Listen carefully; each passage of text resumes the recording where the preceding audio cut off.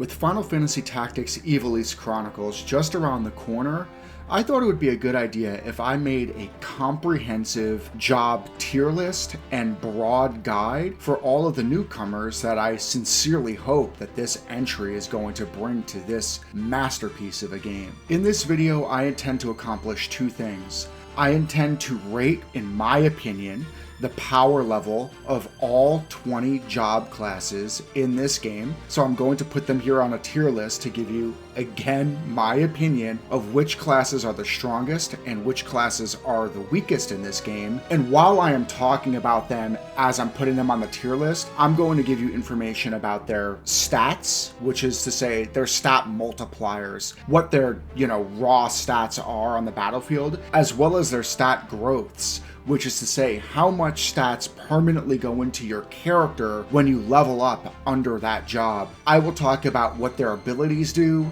any passives that they have built in, and what their standout abilities are that you could take from that class and perhaps move to others. So by the end of this probably very long video, I hope to have a comprehensive guide that has a lot of information about these job classes, how you can get them, what they do, what their strengths and weaknesses are, how you can utilize them, as well as give you an idea of what, for the last time, in my opinion, their power level is. So I hope you enjoy that. Now, before we dive in, I think that there are a few things that I'm going to need to say about this list by way of disclaimer. I do not have Final Fantasy Tactics Ivalice Chronicles, and I'm a tiny channel. I have 87 subscribers right now, so I'm not going to be one of the RPG YouTubers who gets a review code and who can get their hands on this game early and mess around with things. So, in full disclosure, I am basing this list on my nearly 30 years of experience with the original Final Fantasy Tactics and later the War of the Lions version. I might not be a big YouTube channel, but I am old. I did get the original Final Fantasy Tactics when I was 11 years old, back in 1998. It became my favorite game of all time and sat there for decades. Now I would say it fights for my top 3, but I've spent a lot of time with Final Fantasy Tactics. I have beaten this game dozens of times. I've messed with the classes, I've done weird challenges, I've beaten it with Ramza solo 100%. So I've spent a lot of time with this game, and I do have a lot of experience with its systems. And of course, I did brush up on any of my blind spots by looking things up. So I did prepare myself for this video. Now, the other thing that I should say is I don't know how much Square is going to change game balance wise, because every time I try to research this, it's like they talk out of both sides of their mouth. On one hand, they keep saying it's going to be exactly like the original experience. It's going to be exactly like the original experience. But then on the other hand, they mentioned that they want to fix the archer's charge ability. Or they mentioned that maybe Orlando needs to be rebalanced. I think they've confirmed that Cloud's being redone and reintroed. It seems to me like there are some changes, but they didn't want to change much, and I'm assuming that these changes are going to be very minor. And I have a strong hunch, although I have to admit it's just a hunch, that the classes will be very largely the way they appeared in the PlayStation version, but there might be some minor tweaks. And if I get anything wrong, right, because something was so drastically changed, I absolutely will correct the record. So we're going to start with the Squire, and that's another thing. I'm going to arrange this list in approximate order of how quickly you can access these classes. So I'm going to kind of start them with the early classes and work my way up to the quote-unquote advanced classes that have more prerequisites. So the Squire, I'm not placing it, I'm just pulling them up here to talk about them, and then we'll place them after I talk about them. So the Squire is the first class that you will get access to in sort of the combat line of classes.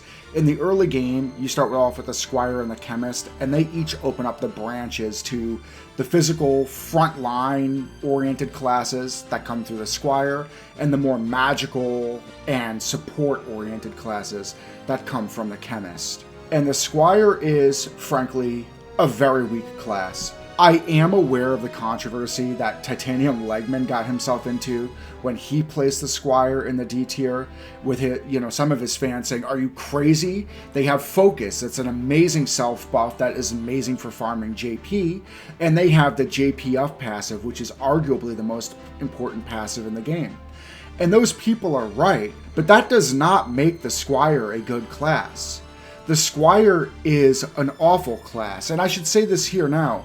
What this tier list is, right, when I talk about how strong a class is, I'm talking about how strong the class is. Because in Final Fantasy Tactics, you can mix and match abilities. You can take the Squire's JP up and focus to any other class in the game. So if you have a Squire on your front line other than Ramza, which that's a sidebar that we're not going to touch in this video. That's the other thing. We're not talking about hero classes in this video. We're only talking about generics. But if you put the Squire on the front line in the late game, or you spent, dozens of levels leveling a character up in a Squire, you ruined that character. The Squire has awful job growths and awful stat modifiers. So the Squire is a bad class, period, point blank. There's not even an argument here. I will not hear an argument that a Squire other than Ramza is a good class. Their stats speak for themselves. Their stats are terrible. So the good things about the Squire, which we'll talk about in a minute, need to be taken from the Squire and moved to other classes as quickly as possible. Because if you spend a lot of time leveling one of your warriors under a Squire, you are ruining their stats. So let's talk about the Squire stats for a minute. The Squire has respectable HP. That's the one thing they got. They have a good HP growth, I would say, and they have an acceptable HP modifier for a frontline class. And that's where the praise for the Squire ends, because they have terrible physical attack growth, and they have terrible physical attack modifier. And they are a physical attack class. So it's a weak class, but the reason why the internet wants to rush to the Squire's defense is because the Squire has, in my opinion, 2 must grabs and one other really respectable ability under their kit. The 2 must grabs are JP up, right? That is their passive that makes all things that you do that give you JP give you 50% more. This is the most important passive in the entire game. You are going to spend a lot of time, especially in the early game in Final Fantasy Tactics, developing your classes, developing your characters, getting the abilities and everything they want. Some of these advanced classes have a lot of job levels that you have to get through, and to do that without JP up would be an absurd grind. It's a grind even with it. So JP up is a must grab. It is an S tier passive that every single character on your roster wants. Everybody's right about that. The other one is Focus. In my PlayStation version, it was called Accumulate. It's a self-buff with an extremely quick animation that increases your physical attack power by 1. This is amazing on its face because while the battle is falling into place, your offensive melee units can be buffing themselves and powering themselves up for the engagement. This does make a noticeable difference in their damage output by the time your sides collide. It's an amazing buff, but it's also amazing because it's a way to always be generating job points. Basically, any successful action you take in Tactics gives you job points, so this is sort of a farming skill that any character can access to level up their class and accrue job points while the enemies sort of close in on you. It's basically free points at the beginning of every battle whilst buffing your character. It's an outstanding ability. And the last one that the Squires have that I think is absolutely worth picking up is their Move +1. This is not the best movement ability in the game, but it's a very solid movement ability. Movement in Tactics is a king stat.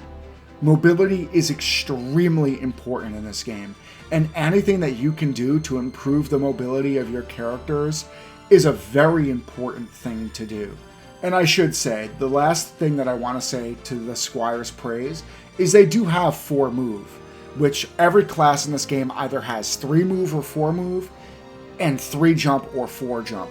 And the Squire is 4 move and 3 jump, and I would say that that is definitely among the better echelons of mobility in classes. So I respect that about them, but given their very weak combat potential, I don't know where that Squire is headed.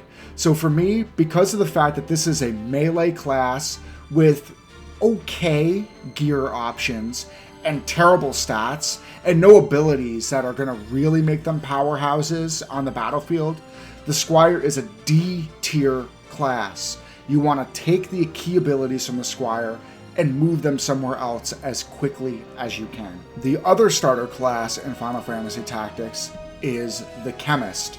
This is the class that is the foundation for all of the magical classes, even though the Chemists themselves are not mages whatsoever. Just like the Squire, I'm not going to mince words, they have absolutely abysmal stat growths and equally abysmal stat modifiers. But unlike the Squire, and really I would say unlike pretty much every other class in this game, the Chemist does not care. Because the Chemist does not need stats other than speed, you could argue, to which case their speed is basically average. Most classes in this game have just middle of the pack speed, and they are right with them. Right, everybody wants turn economy, but Chemists do not rely on their physical offenses as soon as you can get guns, and they don't rely on their magical abilities either because they use items. For these reasons, I think the Chemist is an A tier class. Guns are fantastic weapons for characters who are not going to be able to shore up their offenses through stat bonuses like the Chemist won't. This means that they can do chip damage from a safe distance that is fixed and not reliant on their bad stats, and they are, in my opinion, fantastic candidates to take up the secondary skill of the Knight's break abilities, because you can break gear with a gun, and that is an extremely potent thing to be doing when you're not trying to support your allies by healing them with items or restoring their MP with items. The reason why I think Chemists are one of the better support classes in the game is because firstly, they have built in right to their class that they can throw items. So they can support your party member from a distance. And the other thing is that unlike every spell in this game, which is where basically all of your other support is going to be coming from, items are used instantaneously. If that character is hurt and needs healing, and it's the Chemist's turn, the Chemist is going to be able to heal them. There is no charge time. And me, I like my actions on demand. So I'll just say it early, you're going to see a bias in my part in favor of instant action classes, which is to say the marshals over the casters. But the Chemists buck that trend because they can do what they do instantly. Items in this game are fantastic. Yes, they cost money, but you should have enough money to fund the items you need. And what you have is a gunslinger who can do respectable chip damage from a very safe distance. They could do other interesting things like pick up the Knight's break abilities. And what you're left with is just a very competent support class that can harass your enemies and aid your allies. You have access to the Chemist right in the very beginning of the game. They are actually one of my favorite support classes. Yes, you will be breaking this character's stats if you just park them on as a Chemist forever, but this will still be a very useful character to your party because they can always plink at the enemies with their guns or support your allies with their items. In my opinion, the Chemist is a fantastic class. So again, bad stat growths, bad stat multipliers, but the Chemist also has some really exceptional pickups via their class kit that they can move to others. I mean, for starters, items is a fantastic secondary ability for basically anybody, right? Because items are stat agnostic. They don't care what your stats are.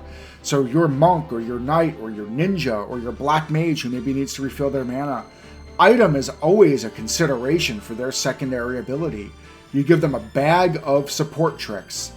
You really can't go wrong with that. But secondly, they get the passive ability Auto Potion, which is one of the best reaction abilities in the entire game. This is an ability that you could put on any frontline character if you want. The trick is to only have bigger, higher tier potions in your bag because it'll always use the weakest potion. But if you do that, every time your character gets hit in combat, they're going to drink a potion and probably heal themselves right back to full. It is an extremely broken reaction ability that makes your frontline tanks very hard to kill. So this is an outstanding reaction ability to pick up from the Chemist. And the Chemist also has the ability called Treasure Hunter, where you can find items on the ground when you move about the map. This is necessary if you intend to do the deep dungeon and look for some of the better items in the game. So the Chemist has some really good pickups, and they are an extraordinarily solid support class on their own. To me, this makes the Chemist an A tier class. We are next going to be moving now from the tier 1 classes, the Squire and Chemist, to what I would call the tier 2 classes. And there are 4 job classes that we are going to talk about here. The first one I'm going to talk about is the Knight. And the Knight is a class that I really have 2 minds about, because the Knight is actually an extraordinarily competent class via their stats. The Knight has bad move, right? 3 move, 3 jump. They go up from a lot of the weaker classes to a more respectable 10 evade. Still nothing to write home about, but it's better than the stock 5.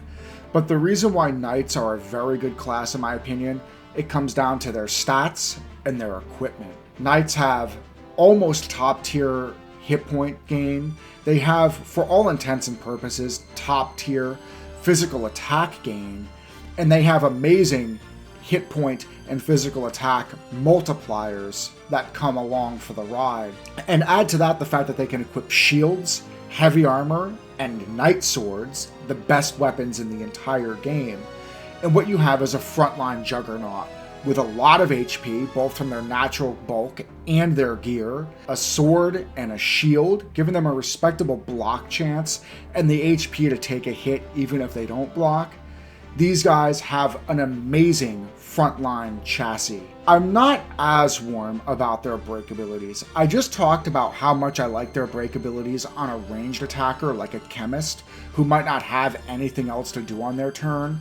But the problem with breaks to me is, for starters, they're circumstantial, right? Not all enemies are using gear, so the value of those break items is going to vary.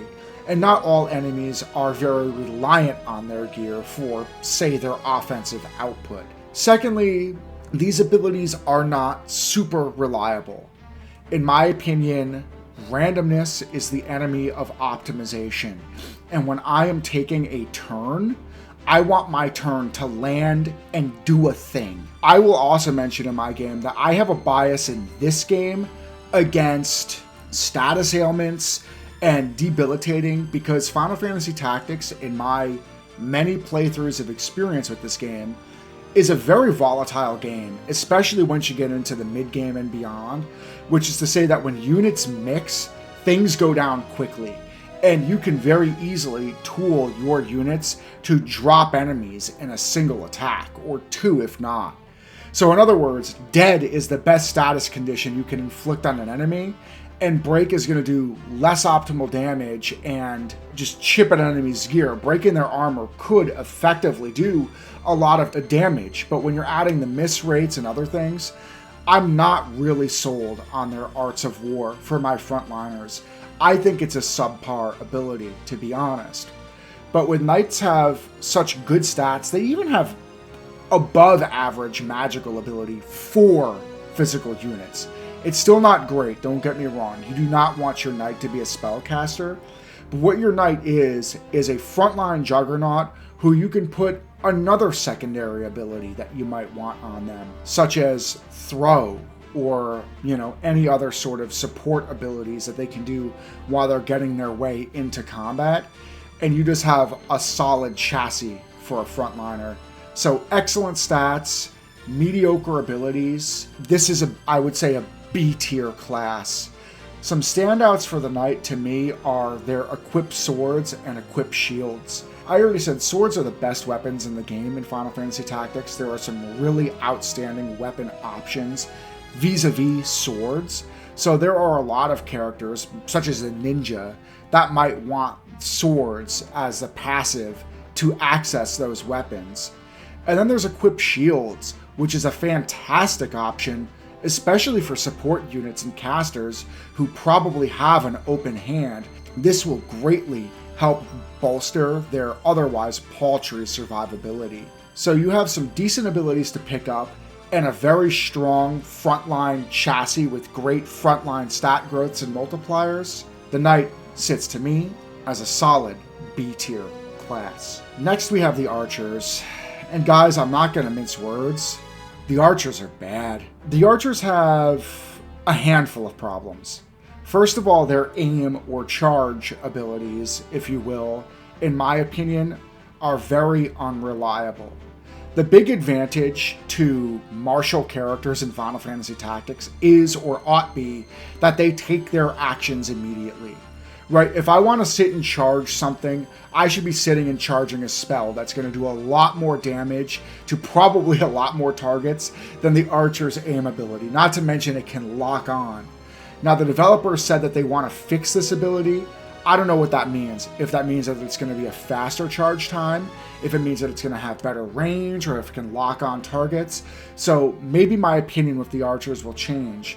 But really, when you unpack the Archer, they have middling stats, right? Okay HP, okay physical attack, middle of the pack speed, 3 move, 3 jump, 10 evade. There's nothing jumping off the page with their stats. You do not want to park a character an Archer if you think you're going to be getting great stat growths out of them. So they can attack from range, that's nice, but we already talked about how guns can do that, and guns are stat agnostic. Yes, a well-built Archer with a good bow can be a bigger ranged menace than a gunslinger, but it's a lot to invest in a character that's still going to come out with fairly paltry stats and a primary move ability that, at least with my current experience of this game, is basically not usable. Aim is, let's not mince words, hot garbage. Archers are fantastic users of the Knight's Arts of War, in my opinion, as breaking enemy gear from a safe distance is actually fairly exceptional by way of debilitating enemies, but I still don't see much to really go for with the Archer here. They have no standout abilities that you might want to pick up for others, right? They have Archer's Guard or something like that, Arrow Catch. The name changes a lot. They have an ability that will let you, that'll increase your dodge chance for ranged attacks like other bows. This is okay, but it's a little circumstantial. I think you're better off getting abilities that focus on melee attacks than ranged attacks, if you can only have one or the other, or all attacks, which there are classes that will do that. And then they have the Jump +1 movement ability, which is strictly inferior to Move +1. Jumping is nice sometimes, moving is nice always.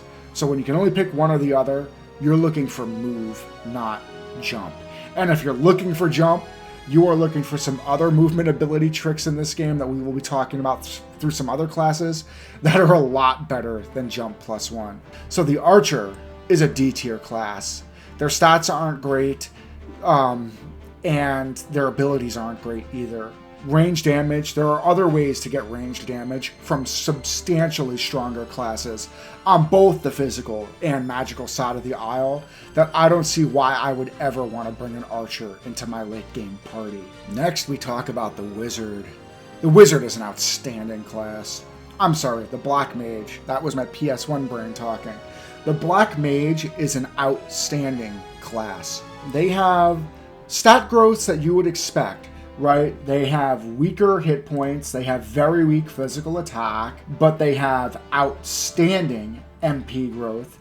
Magical attack, nobody gets good magical attack other than Mimes. We'll talk about them later for growths. So they're middle of the pack there.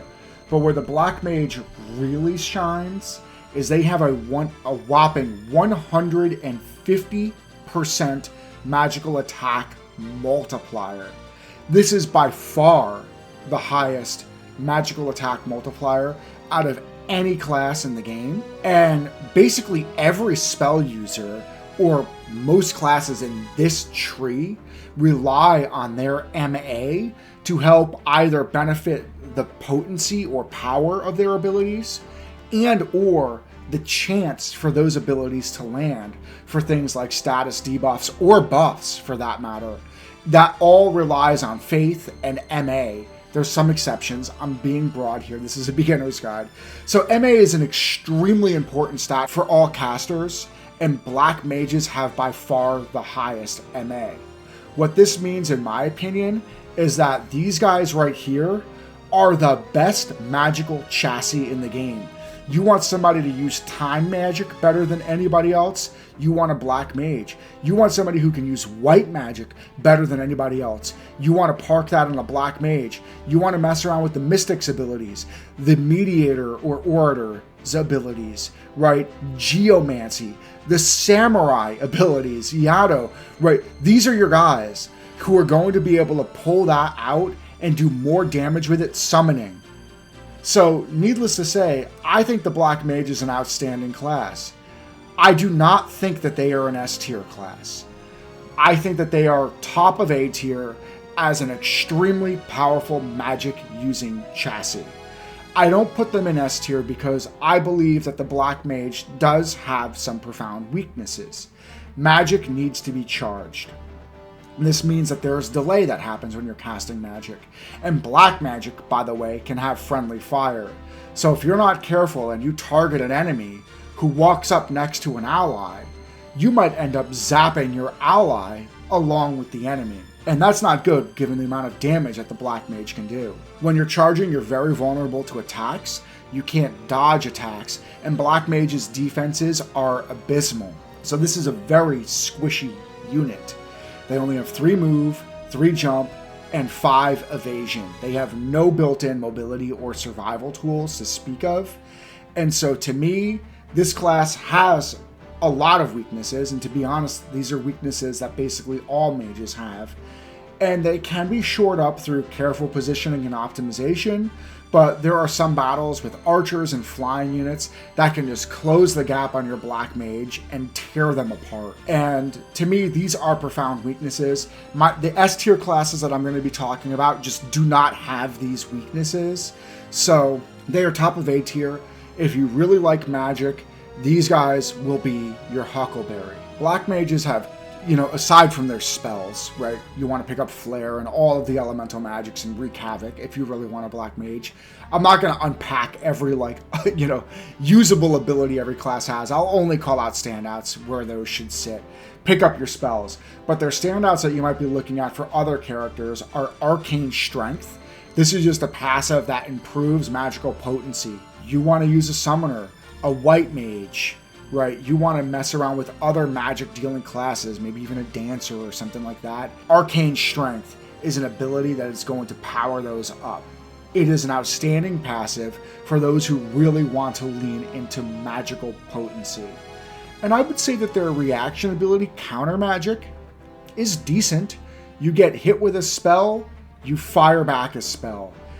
There are other counter abilities that I like more, but this is much better than nothing. Counter Magic has some interesting interactions too, where you can use this on your allies. So suppose you have a Time Mage cast Haste on your Black Mage or any other character who has Counter Magic as an ability. That character is going to get hasted and then shoot haste right back at the ally. That is actually a pretty awesome interaction. So Counter Magic is a good ability, and you could do some trickery with it. The Black Mage is a fantastic class. If you really like magic, you want to be looking at your Black Mage. Next, we're going to be talking about the White Mage, and the White Mage to me is actually quite an interesting class because they break a couple of mage rules, in my opinion. They sacrifice some of their magical potency. Granted, they still have good magic potency, 110%. They're well beyond any martial characters and over the 100 line. But they sacrifice this for actually really respectable bulk. They have outstanding hit point growths, and they have not the worst hit point multiplier. It is 80%, it's under 100, but by way of casters, this is still a decent amount of HP that you can expect from the White Mage. The more interesting thing that they do with their stats is they have a very rare speed boost in their multiplier, being 110%. Very few classes in this game boost speed, and the White Mage is one of them. On par with Thieves in terms of multiplier, not growth, but that's a different discussion. So you have an exceptionally fast character here who can take more turns than most mages. You mix that with the full suite of amazing support abilities, right? They can heal, they can cast a litany of buffs such as Protect, Shell, etc. They can raise the dead, they can remove status ailments, and they have access to probably the best attack spell. They only have one attack spell, but it's probably the best attack spell in the entire game, the infamous Holy. This spell is outstanding and is a spell that you should be considering whether you plan on playing the white mage or going to a black mage. Right? A black mage who has white magic as their secondary ability is a very, very good caster. So these things really do stand out. They don't have any other abilities that I think are worth shouting out, but they have some excellent spells, and they are a solid magic using chassis. Not reaching the upper echelons of magical potency, but in exchange gaining substantially more bulk and more speed to boot. In my opinion, white mages are actually a high B tier class. I personally prefer items for support or not needing support at all because my characters have such broken evasion, offenses, and mobility. That's my playstyle. I play to take out my enemies quickly and without much reprisal, but if you're a slower player, you really like magic, you want a cornerstone support user, you could do a lot worse than a white mage. This is a very solid job. Okay, we are moving on to tier 3 classes, and we are now talking about the monk. And guys, let's just get straight to the point. The monk is an outstanding class. Let's start with the basics. They have 3 move, which we don't love, but they have 4 jump, which is nice. They have a very excellent 20 evade. So this is the first character that we are talking about who comes out of the gate with very good built-in evade. You attack a monk from the front, and there's a reasonably good chance you're going to miss them. They have the absolute best, other than the Mime. We don't really count the Mime. We'll talk about the Mime later. They have the best HP growth in the entire game, along with the best HP multiplier in the entire game. So the monks have a ton of HP. Some of this is pulled back by the fact that they can only wear light armor and they cannot wear any sort of hat or helmet. So there is some solving a problem that the class creates for itself here. But still, what this also means is that if you level a lot as a monk and then move to another class, you're going to have a lot more HP than you otherwise would have because the monk is giving you such amazing HP growths. To be honest, the monk's physical attack growth leaves a bit to be desired. They're actually kind of on the lower end of the martial characters. Not bad. You're not killing your character's physical attack by leveling them as a monk, but there are many better options. But to counter that, the monk themselves has the best physical attack multiplier in the entire game at 129%. The monk also has a 110% speed multiplier. So you put all this together and you have a class with outstanding stats and reasonably good job growths. And that isn't even half the reason why the monk is an S tier class. The monk is an S tier class because their ability kit is ridiculously stacked. They get 2 different ranged attack options through their martial arts with Aura Blast and Shockwave. These are both outstanding abilities, so the monk can shoot at range. Shockwave can hit multiple targets if they're lined up. They have the ability to remove a ton of debuffs with their Purification ability. They have Chakra, which heals themselves and all allies around them, both for some HP and MP, which makes this a great also support battery for your casters, or pairs really well with Mana Shield. That's a strategy, that's an advanced strategy, but there is a reaction ability that you can get from the Time Mage where when an enemy hits you, they hit your mana instead of your HP. And if you have any mana at the time of you being attacked, it blocks all the damage. And the monks can just refill their mana with the snap of a finger. So they have an area of effect attack with their spin punch. They can do it all, right? The monk can just do damage, devastating damage up close and at range with above average speed, well above average HP, great evasive maneuvers, they can heal themselves. This class has, in my opinion, no blind spots. You want to make sure that this class has very high Brave score. That's true of all of your physical, that's true of all your characters, but very true of all your physical attackers, as their martial arts really does scale on bravery. And I have to say, barehanded combat in Final Fantasy Tactics just seems to be busted. Martial arts always does excellent damage, and so their passive ability, Brawler, is also a standout. Putting that on something like a ninja, which I've done more than once, so that the ninja attacks with their fist twice in a row, or giving the monk the ninja's dual wield so that they punch twice in a row, is an extremely effective option for doing top tier single target damage. So this class wants for nothing. They can support, they can sustain themselves, they're fast, they do devastating damage, they can heal, they can cure status ailments. This is a one-stop shop class. You can access this class probably within the first hour of gameplay, park a character on this class and never move them again, and they will be an extraordinarily valuable and capable unit the entire game. Alongside the monk on tier 3 is the thief. And the thief is an interesting class. The thief can steal things, which, by the way, is how you can acquire some of the best gear in the game. So you are going to want some character at some point, you're going to have to access some of the best classes in this game, to spend some time as a thief, learn how to steal, especially weapons, so that you can access some of these best weapons in the game. I can't argue against that. In addition, the thief is only one of 2 classes that gets above average speed growth, the other one being the ninja. The thief is not the better of the 2, but having speed growth in your job class is, in my opinion, outstanding.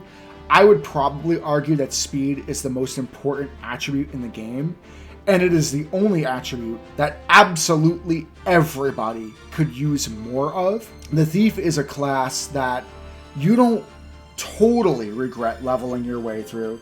Their physical attack growth is not great, but having a great speed and honestly respectable hit points is something.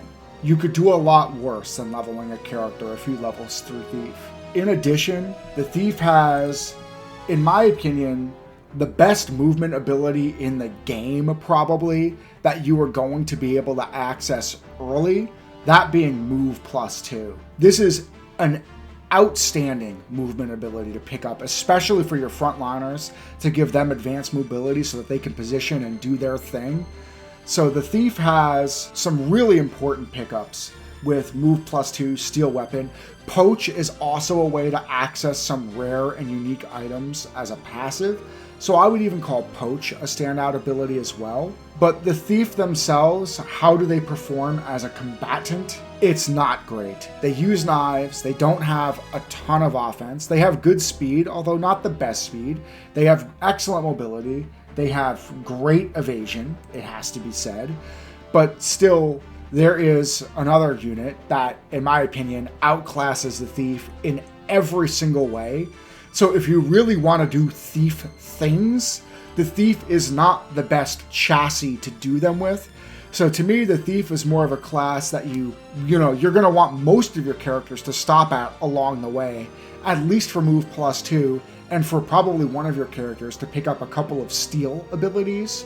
But after that, this is not a character class that you want to spend a lot of time leveling in, and it's definitely not a character class that you want to take to important fights. For those reasons, to me, the Thief is a C-tier class. They are not awful, they're very mobile, they have great evade, they have good HP, and they're not the worst attackers in the game. Mix that with some crucial abilities that you're going to want. There's an argument for them, but I can't justify putting them higher than C. Now on to the magical side of this class tier, we are going to start with the Time Mage. The Time Mage is a very interesting class to me, because a Time Mage is, at bottom, a support class. And it has to be said, they have some excellent support abilities. Haste is arguably the best buff in the game. Right, I talked about how I think speed is the best attribute in the game. casting haste essentially super speeds a character so that they can take more turns. This is a wonderful thing to be doing at the top of a fight, to buff your party, to make them machines by the time you and your enemies collide. So I do respect that the support a Time Mage can bring. And in addition to the support they bring, they have great debuffs too. Slow is, just as good as haste in its own way. You put slow on key targets, make them go less, or immobilize. You just totally devastate units. So I respect the fact that, unlike some other classes in this game who can only support for the most part, or only debuff for the most part, that the Time Mage actually can do both in one. And for that reason, I think that they are a better support class than most of the other support classes in this game. On top of that, they have respectable stat growth, I would say inferior to the Black Mage. And they have respectable stat multipliers, with the second best magic attack in the entire game at 130%. That's still a long shot down from the Black Mage's 150, but if for some reason you really want Time Magic, you don't want a Black Mage, you want to mix Time Magic with some other type of magic to go all in on support, the Time Mage is a respectable chassis. They are still extraordinarily potent magic users. They do have a single attack spell that is a very cool and very powerful spell called Meteor, but unfortunately it takes for absolutely ever to charge, and as much as I love this spell, the juice just is not worth the squeeze. So they have this attack spell that you'll probably never want to use practically if you're trying to play optimally. That's a shame, but it is what it is. In addition to all of this, the Time Mage has really some standout pickups that are worth talking about. I would say they have 3 abilities. They have the movement ability of Teleport, which a lot of people will argue is the best movement ability in the game. I'm not convinced. I think I like Move plus 2 or 3 more than Teleport, because the way Teleport works is that you can move to any square. Doesn't matter what its height is. It doesn't matter if there's obstacles between you and it. That is amazing. And if you're moving within your character's actual move range, you can move there without fail. But if you want to opt to move further than your move range, and you can, and I will say it's nice to have the option, but what happens is for every square past your move range that you want to move with Teleport, you have a stacking 10% chance to fail to move at all. So if you move 1 out, it's a 90% chance to do it. 2 out, 80, 3 out, 70, and so on. And I said it before, and I'll say it again. Randomness is the enemy of optimization. And the last thing I want, personally, when I'm trying to reposition my character, is a chance to utterly fail to do so. That said, even if you are just moving within your range, the ability to get a squishy caster or like a ranged attacker up on some very high perch and out of the way of the fight can be an extremely effective tactic. But to me, for the most part, the versatility and general mobility of just straight adding on movement is my personal preference. But I do agree, Teleport is a good ability. It's a pickup, definitely something to be eyeing. Quickness is probably the best magic user passive in the game. You charge spells faster. In my opinion, this is a must grab for summoners or anybody who wants to use summoning magic, which have infamously long charge times. But I can even respect it on a Black Mage who just wants to rip their spells quickly. I absolutely love quickness for anybody who I want to spend most of their time casting spells.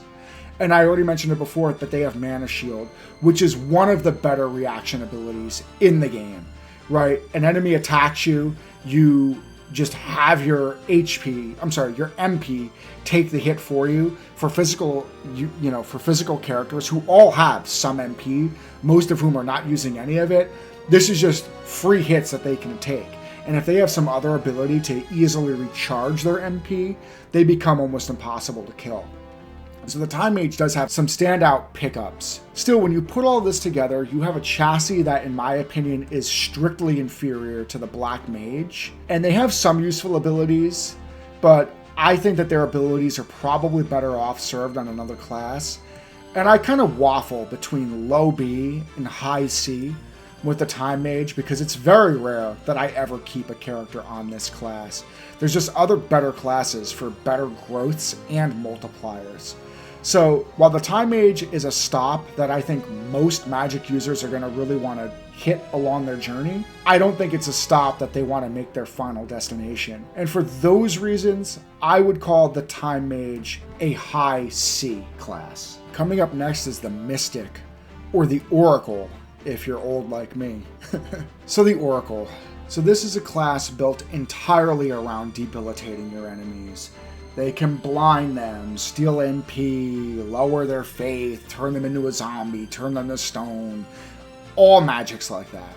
And I said it before, but I'll say it again. In Final Fantasy Tactics, now the Ivalice Chronicles is going to have a harder version than was ever available on the PlayStation, and maybe that will change my opinion on what I'm about to say. But in the Final Fantasy Tactics that I've spent almost 30 years playing, I am not a fan of having a character whose entire shtick is status ailments. While you're busy casting a low probability chance of blinding the enemy or turning them to stone, the ninja, who is twice as fast as you, is busy killing things every single turn they take. And dead is the best status condition you can inflict on an enemy. And they can make things dead at a better probability than you can make them blind. So why would I want to take you along for the ride? And I heard Titanium Legman, whose channel I like and I really respect him, I heard him rush to the defense of the Mystic and put them in like high A. He's like, because they can use rods and that's a 2-range weapon and it scales on their magic. And I'm like, well, a Dragoon can use spears, which is a 2-range weapon, and it scales on their vastly superior physical attack. And they are absolute heavy units. So I'm not sold on the Mystic. Only being able to debilitate your enemies without having really any support to speak of. Having, okay, yes, rods are okay, right? Having an okay physical attack option on a caster, but this is a caster chassis with not the greatest magical offense, right? They have a magical attack multiplier of 120. Their stat growths are nothing to write home about. I just don't see the point, if I'm being honest. I think Time Mages are strictly better sort of support / debilitating mages than the Mystic. So I basically never use these guys. I am not a fan. I think if you can make something dead on a unit that is substantially more mobile than the Mystic, substantially harder to kill than the Mystic, and arguably just brings more to the table anyway, I am very unsold on what these guys can do. One standout ability they have is called Mana Font, and this is that every time you move, you gain MP. This is an extraordinary pairing with the Mana Shield if you want to put that on a physical unit and make them almost impossible to kill. What happens is an enemy breaks their Mana Shield, and when they go again, they move, recharge a little bit of mana, and so the next time they get hit, it's their mana that gets targeted again. That is respectable. So Mana Font is a pickup you might want to consider for your frontliners, but in my opinion, I do not think the Mystic is a good class. I think they're a D tier class. I like them more than the Archer because I do respect what they can do with their rods. Sometimes these debuff magics can be devastating, and maybe in Ivalice Chronicles, if enemies have substantially more HP, where you can't just pulverize them with superior offense, and you are therefore incentivized to do status ailments, I might rethink the Mystic. Because to me, the value of status ailments increases the longer skirmishes go on, and the longer the fight generally goes on. I could say the same thing for buffs, by the way. Right, the value of support and debuff increases as combat volatility goes down. But the tactics I know, combat volatility is high. When units clash, they die quickly. So units that can make enemies dead quickly while avoiding being dead themselves are the ones who I think sit higher on the list. And that's my rationale.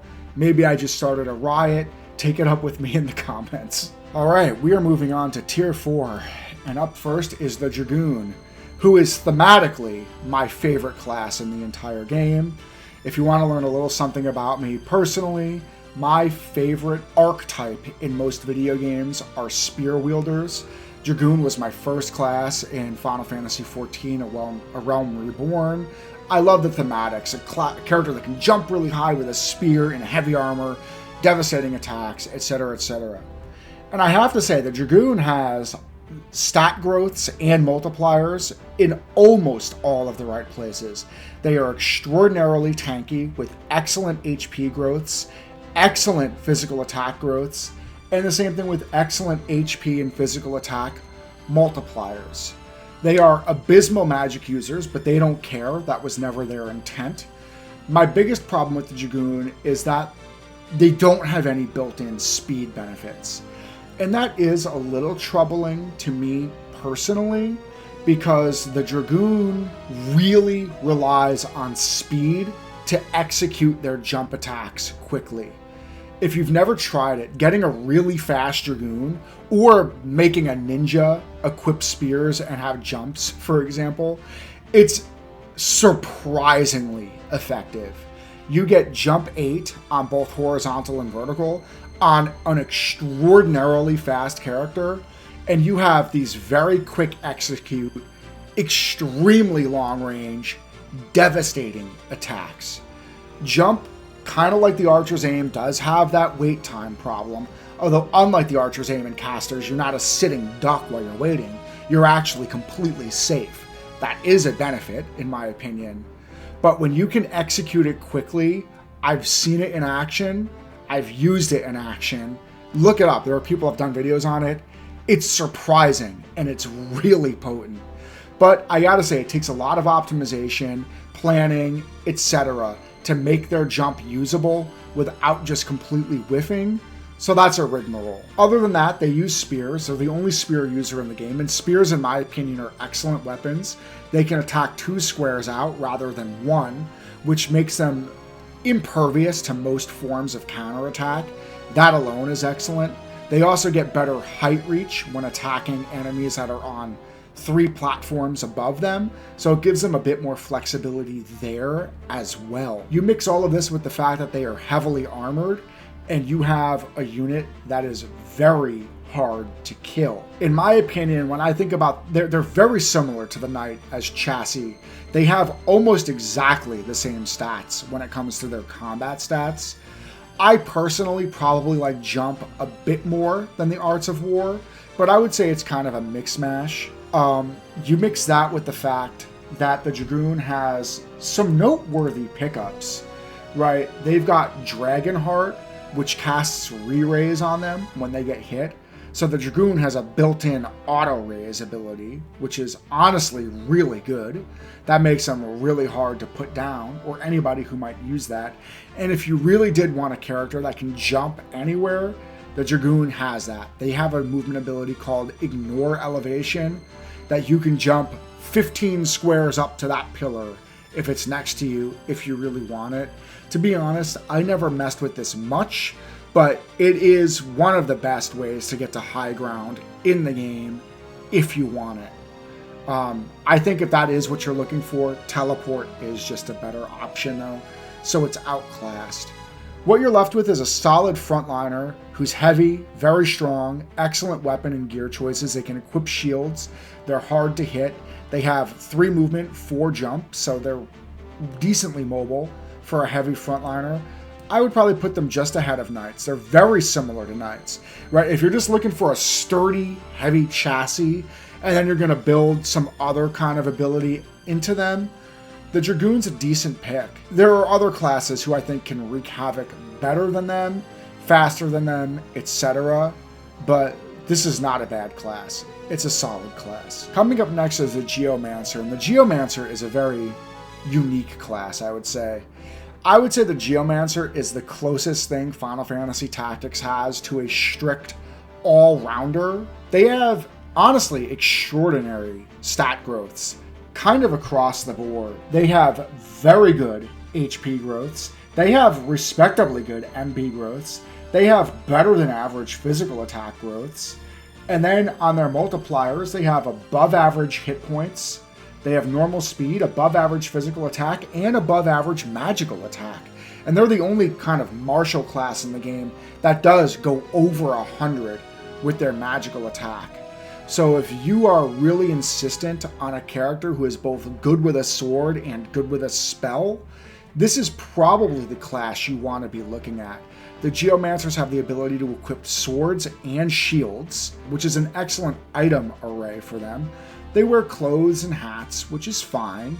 They have 4 movement and 3 jump, which I think is excellent, with a built-in 10 evade, which is okay. So you have a solid all-round chassis, and then you have their very unique Geomancy, which is instant cast, mana-free, very long-range magic that can attack enemies in a plus sign.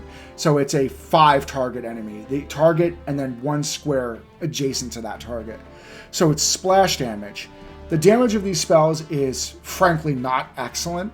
It's sort of chip damage, but virtually every single one of these spells has a rider where it can inflict a certain sort of status condition on the enemy, usually at about a 20 or 25% chance. These spells are powered by MA, so if you really want to get the most out of them, you might put Geomancy on something like a Black Mage, which is an excellent option because if your Black Mage runs out of MP, they could fall back on their Geomancy and still meaningfully contribute to the fight. The thing with Geomancy is that these abilities are dependent on the square that your character is standing on. So there's a bit of randomness to what elements and status conditions are available to you to attack from based on the map itself and based on where your Geomancer can position. And I've said it before, I'll say it again. Randomness is the enemy of optimization. So you can't pick what you're doing, but for the most part, it doesn't matter here. What you're getting is very high range, free instant cast chip damage, which is okay. And I don't know what else to say about the Geomancer. This is a character that's above all at everything, but doesn't stand out at anything. I could see an argument for them being a low A, but I think they're a high B.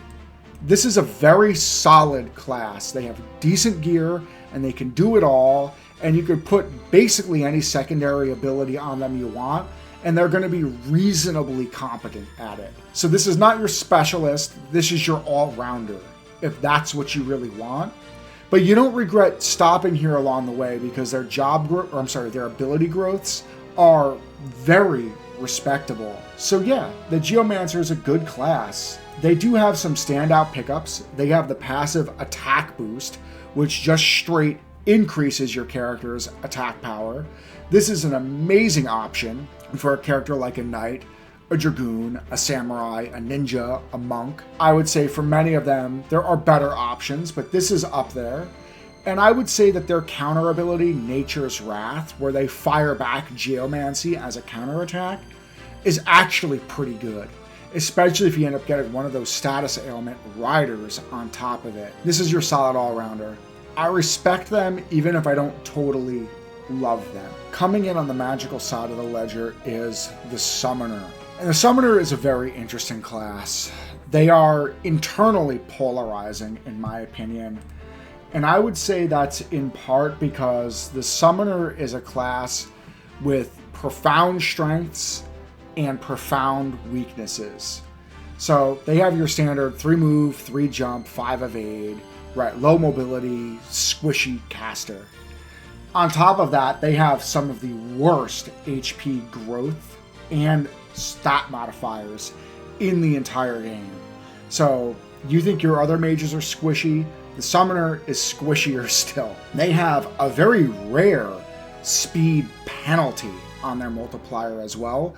So this is going to be probably the slowest unit on your roster. They have a 125 magical attack power, so they sit behind even the Time Mage and well behind the Black Mage with their actual magic offensive power. But they do have the best MP growth and multiplier in the game, which is nice, although I would say this is the summoner trying to solve a problem that they created for themselves with their extremely expensive magic. So they have a big MP pool, but they need the big MP pool. So I don't know if it's anything that blows my mind.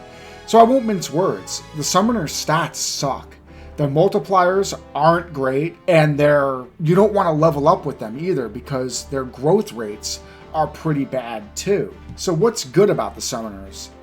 Well, their summons are extraordinarily powerful. Some of the most powerful magic in the game, and I should add versatile magic in the game, comes from the summoner. They have buffs, they can put up wall spells, they can heal, and they can do devastating damage in really wide areas of basically every element in the game. So they have a broader elemental access than others. This isn't super key in tactics, in my opinion, but they have it, in addition to non-elemental damage too, if that's your speed. So they can cast all sorts of magic. And the other great thing about their magic is that there's no friendly fire. So you're not going to be blowing your own allies apart with summoning magic. The drawback, the magic is very MP hungry, and it takes a very long time to charge. And when your already very frail summoner is charging, they're a sitting duck. They really, really want to pick up the Time Mage's quickness to get those spells off as quickly as they can. They do have their own passive ability, Have MP, which does as advertised on the tin. It halves the MP cost of their spells. This is a passive to consider picking up, but in my opinion, trying to conserve a magic user's MP is aside from the point. Your marshals are just devastating things all day, every day. You don't have time to be managing your resources. In my opinion, all gas, no brakes, get out there and rip your spells. So either use the Black Mage's magic power up or the Time Mage's quickness to get quicker spells or more potent spells. That's the way I generally prefer to go with casters. Summons are very powerful. I think that they are better in the hands of other casters, such as the Time Mage or the Black Mage, but that's where they are. I don't think I would ever take a summoner to a battlefield myself personally. They just have some problems with their stats. So if you really like summoning, I would consider picking up the summoning magic and moving it to probably either a Time Mage or a Black Mage. And for those reasons, I see the Summoner as a C-tier class. There's just better chassis to do the stuff that they want to do. Up next is the Orator, and this is definitely one of the weirder classes in Final Fantasy Tactics. I mean, let's just talk about the stats first, which across the board for the Orator is abysmal. They have some of the worst stat growths in the entire game across the board with okay HP growths, and they have terrible stat modifiers all the way across the board, right? When you make your character an Orator, you're basically lowering almost all of their stats. 3 movement, 3 jump, 5 evade. There's nothing standing out here. They can equip guns, which is nice because, as I said when I was talking about Chemist, guns are stat agnostic, and being stat agnostic when your stats suck is exactly what you want to do with your physical attacks. So the Orators can attack from far and do respectable chip damage with their guns. That's okay. And I guess we should mention, they do have the passive ability, Equip Gun. So if you wanted to put a gun on any other character, like, I don't know, a white mage or something like that, it's an option that you could give them a gun and then now they can attack from far and, their attacks don't care about their abilities. It's a decent option. I would call it a standout, even if it's not something I personally do a lot. I could see the value in it. Despite all of this, I will say that the Orator, or Mediator, if you're old like me, does have one extraordinarily useful ability. I guess before we talk about that, they're kind of like a mystic in the sense that they can debilitate the enemies. They have, some debuffs that they can do. They can doom enemies. They can make enemies berserk, put them to sleep. They can turn enemies onto your side, which is useful. But all of their abilities have, in my opinion, a fairly low chance to land, all things considered, and say it with me, class. Randomness is the enemy of optimization. When it's my turn and I'm going to take an action, I want to know I'm getting value from that action. So I have issues with these Orator abilities that are relatively inaccurate. So I'm not a big fan of the Orator, frankly. But the one thing I will say to their defense is that as a team building unit, they are crucial, right? I talk about manipulating faith and bravery, right? All your casters want to have very high faith. All your characters, period, want to have very high bravery. And some of your melee units might want to have very low faith, and the Orator can take care of all of that through their buffs. And we're talking permanently. They can sit in a corner with the ally that you want to train in a fight and raise or lower those stats by spamming the right abilities to do so. For that reason alone, I think the Orator is a C tier class, because that's extremely useful. But even then, if you could get those abilities on another class so that you don't just totally doom your character's growths, that's what you would want to be doing. Or if it's a throwaway character that you're just using to train other characters, fine. I respect that utility, and I put them at the bottom of C tier for that reason alone. But this is not a strong class, in my opinion. It is quite a weak class, actually. Okay, we are moving on to what I would call the fifth, and I would say for normal classes, the final tier of classes. And we are going to start our discussion here with the Ninja. Oh god. I mean, what can I say about the Ninja? I mean, I guess we should start with their stats. They have the gold standard 4 move and 4 jump. That is as mobile as a character can possibly get. But if that wasn't enough for you, they have the best evasion in the entire game with a whopping 30% built right into their class. Moving over to their stats, they have, I won't mince words, abysmal hit points and not great hit point growth to go with it, but they have outstanding speed growth and speed multiplier, making them the fastest unit in the entire game, and a way to train any other unit to be much faster if that's what you wanted to do. If that wasn't enough for you, they have very, very good physical attack growth and outstanding physical attack multiplier at 120%. So you have a very fast character who's very hard to hit, who can deal devastating damage with their excellent strength. But unlike everybody else in the game, the Ninja doesn't deal excellent damage with their strength once, they do it twice because they are dual wielders, and they themselves can dual wield naturally, as well as share that ability as a passive to any other you might want as a standout pickup from them. I mean, you know where this is going, right guys? These guys are an S tier class, and I would say they sit ahead of monks. Speed is a god tier attribute, being very strong is amazing, and we're not done talking about the things that make the Ninja amazing. Right, we were talking about the Archer a while ago. Hey, hitting enemies from a distance can be good sometimes. Well, the Ninjas can do that because their active ability is throw, and they can throw shurikens, bombs, and every other weapon type in the game, and the damage scales on their excellent speed and the weapon's power. And that range equals your movement.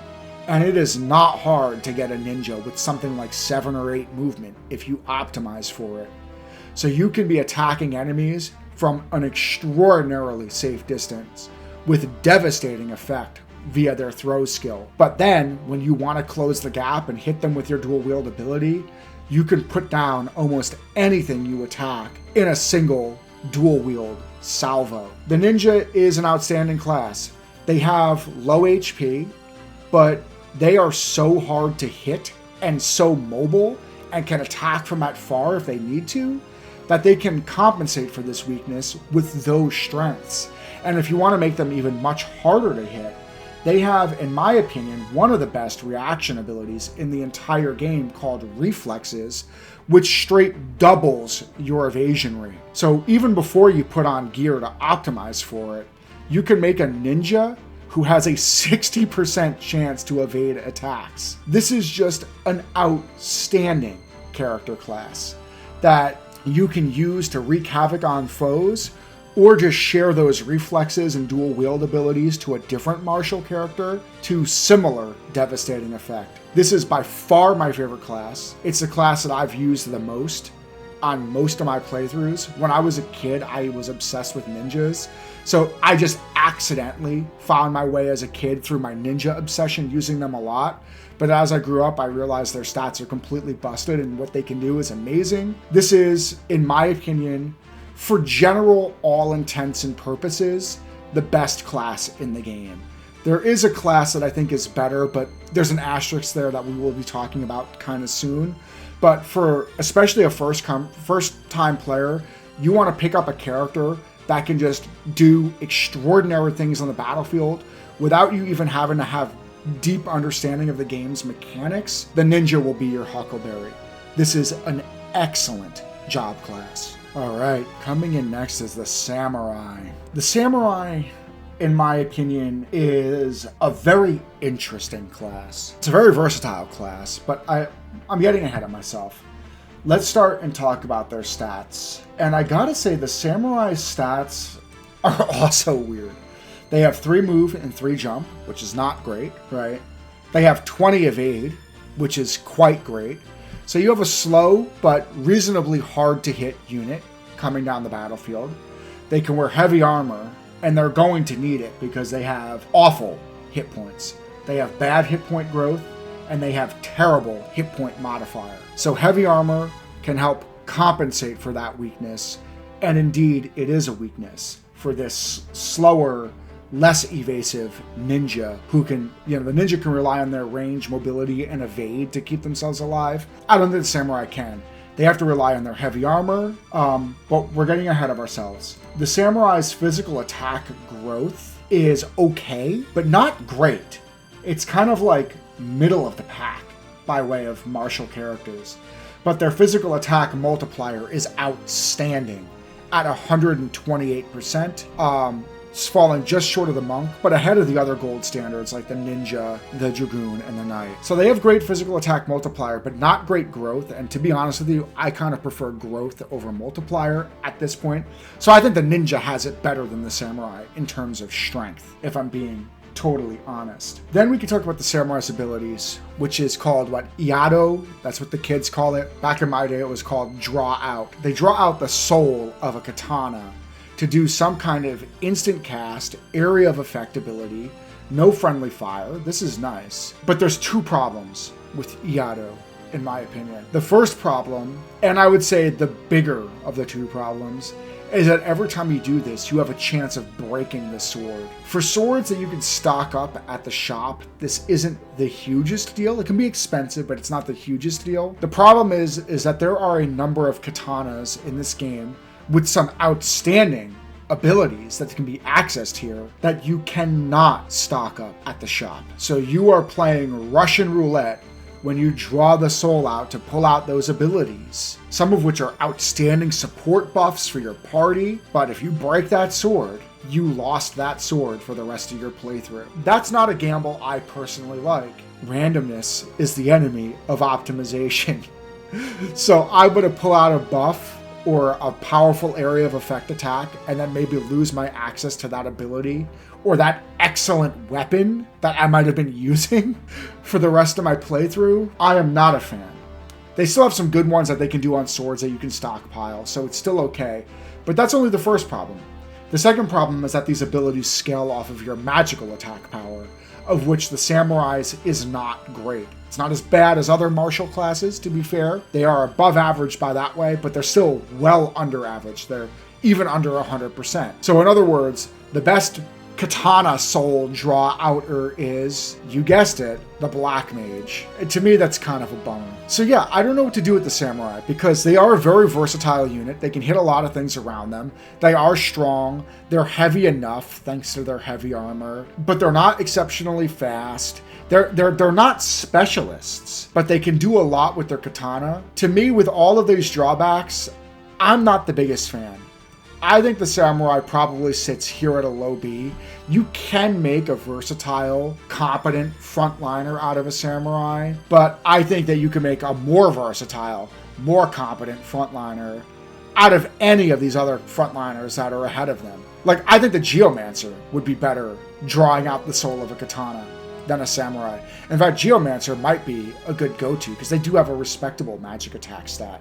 At least it's over 100. But yeah, those are drawbacks that I just can't get behind. Now, by way of pickups, the samurai actually does have some standouts here.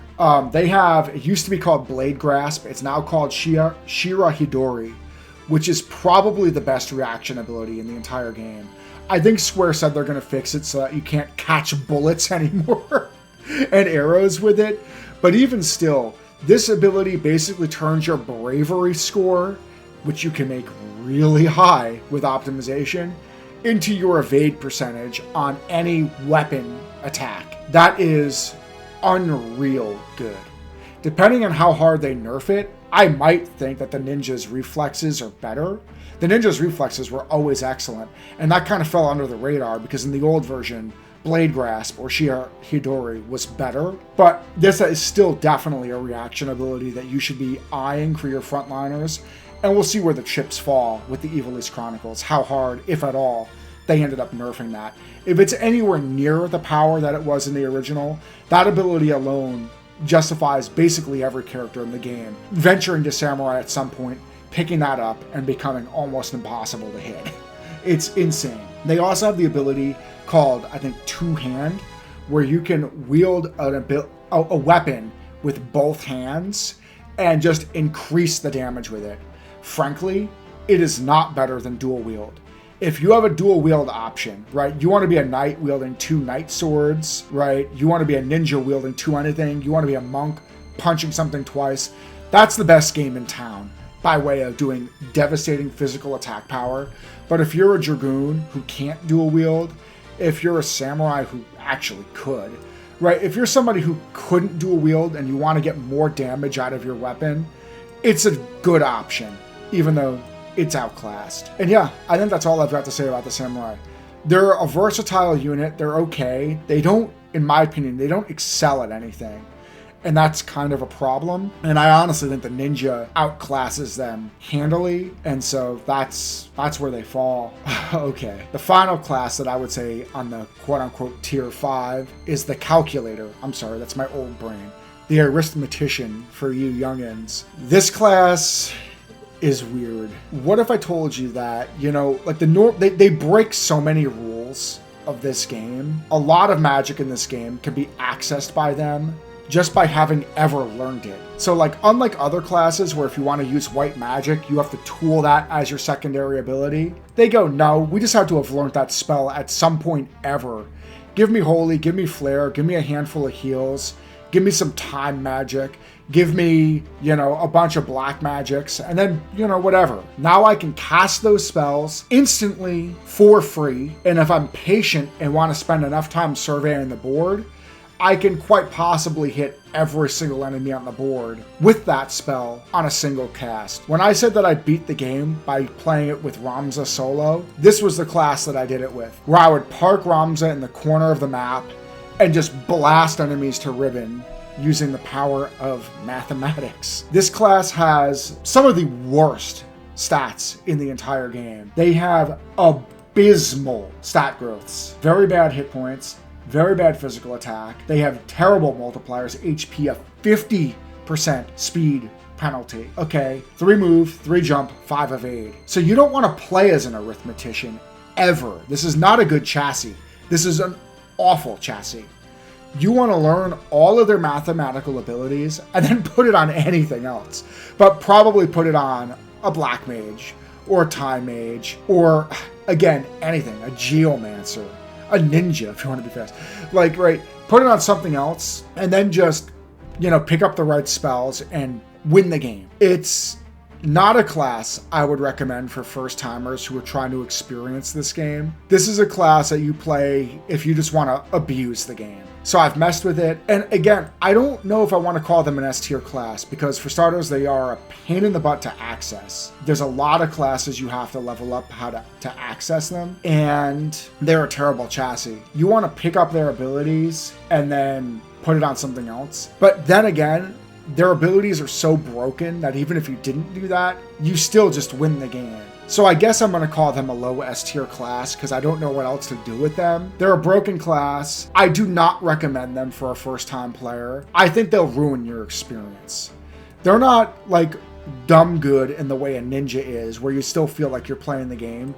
They're dumb good in the way that you feel like you're playing with a game shark. It's silly. So we'll put them there and we'll move on. Next, we come on to classes that take just a ridiculous amount of effort to access, and we'll start with the Bard. The Bard has 3 move, 3 jump, 5 evade, and the worst stat growths in probably the entire game. Abysmal hit points, abysmal magic, abysmal physical attack. They have abysmal HP and MP stat multipliers. So this is just like not a class you ever want to play. If you really want to do Bard things, you want to pick up their stuff and put it on somebody else, we're off to a bad start. But even then, the things they do, like, look guys, it's okay. The way the Bard works, and the Dancer works the same way too. We could probably talk about these classes in parallel. The Bard will play a song that will buff or heal your party, and he'll keep doing it. Because these classes are sex locked. All bards are males, all dancers are females. He will rip a buff, some powerful buffs. He can buff your party's speed. It has, I think, a 50% chance to land. Enemy of optimization is randomness. So it's popping off, and some of these buffs, but it does target your whole party every time. And somebody's going to get some value somewhere, depending on what buff you rip. They can also heal. These are decent. Like, it's not that it's ineffective. It can be effective. And the Dancer is basically the opposite. The Dancer will rip a song that will debilitate or damage every enemy on the board at the regular intervals that the dance will appear at. In both cases, do I really think that this is better than a fully fledged, capable, kitted out unit? No, I don't think so. Especially not for the absolutely god-awful stats and growth that both of these classes are going to confer to you. So for the absurd effort you have to put into unlocking these classes, especially if you guys are first timers, I recommend you skip these classes. I would say the Bard is D tier. I honestly do like them more than anything else in the D tier, because you can get a lot of value out of just sitting in the corner and trying to pump your party's speed into Andromeda. It's a little bit cheesy, and it's, again, chancy, so do with that what you will. If everybody else is dead but your Bard, you lost the fight because it's not a real unit. So that's that. I like the Dancer a little bit more than the Bard. Being able to just chip damage every enemy on the board at regular intervals while hiding in the corner is actually kind of ridiculous. Whereas the game's over if the Bard's the last one left. It's not necessarily over if the Dancer is the last one left. I still don't think it's great. I still think it's cheesy. I still think I would rather have another unit on the board. But I would probably put them like somewhere in the middle of C, but still not recommend them for first timers. Last but not least, we've got the Mime. And this is the weirdest class in the game. I mean, let's start with the stats. The Mimes have bonkers stats. Their stats are unreal good. 4 move, 4 jump, a measly 5 evade, which is a letdown, but whatever. They have by far the best HP growth in the game, physical attack growth in the game. They're the only class that has magical attack growth in the game. They have bonkers HP multiplier, bonkers speed multiplier, very good physical attack multiplier, and respectably good magical attack multiplier. These guys have insane stats, and if you are a wicked optimizer, you will want to make basically all of your offensive characters level up as Mimes. You could argue ninjas if you really care about speed, which I do. I think ninjas are the only ones that can compete with them in that way. But Mimes have absurd cracked stats. What Mimes don't have is any gear. They are brawlers like monks, so they can punch hard. And they have no abilities. So the way a Mime plays is you position the Mime somewhere, and whenever anybody else in your party takes an action, so a person attacks, the Mime will immediately attack right after in front of them. A person casts a spell 3 squares in front of them. The Mime will immediately cast that same spell 3 squares in front of them. So if you're very good at understanding positioning, if you get a little bit of luck with the way the board arranges itself, what you can end up with is a unit that takes way more turns than any other unit on the board when you mix their busted speed and the fact that they get to do something every time one of your allies does something. And they can replicate basically any effect in the game with their superior stats, might I add. This can be really potent, but it takes a pretty advanced player to execute. And I've done it before, but it's not my favorite. Again, kind of like the Arithmetician, you almost feel like you're playing a different game when you're playing with a Mime. When you do it right, it feels unfair. Because if you put a Mime on a boss and then surround that boss with other allies, the Mime's just adding so much damage, pummeling into that boss. It's mean. It feels unfair, but it is strong. But because there is a lot of planning and positioning and technical manipulation that could go wrong, might I add, I don't think the Mime is a high tier class. I would kind of consider them a middle B tier class. In the hands of a professional player, they're an S tier class for sure.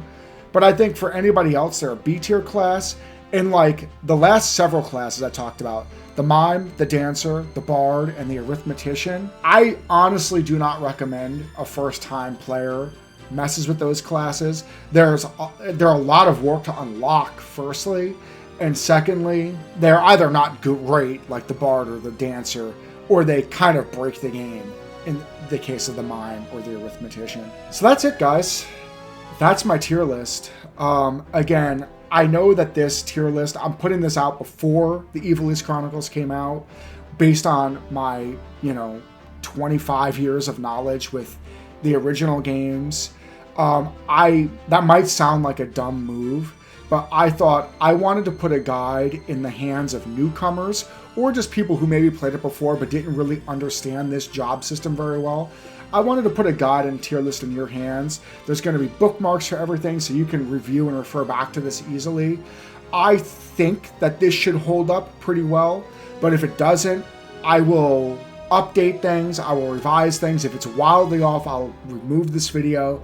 I'll do what it takes to set the record straight. But I hope you found this list helpful. I hope you found this guide helpful.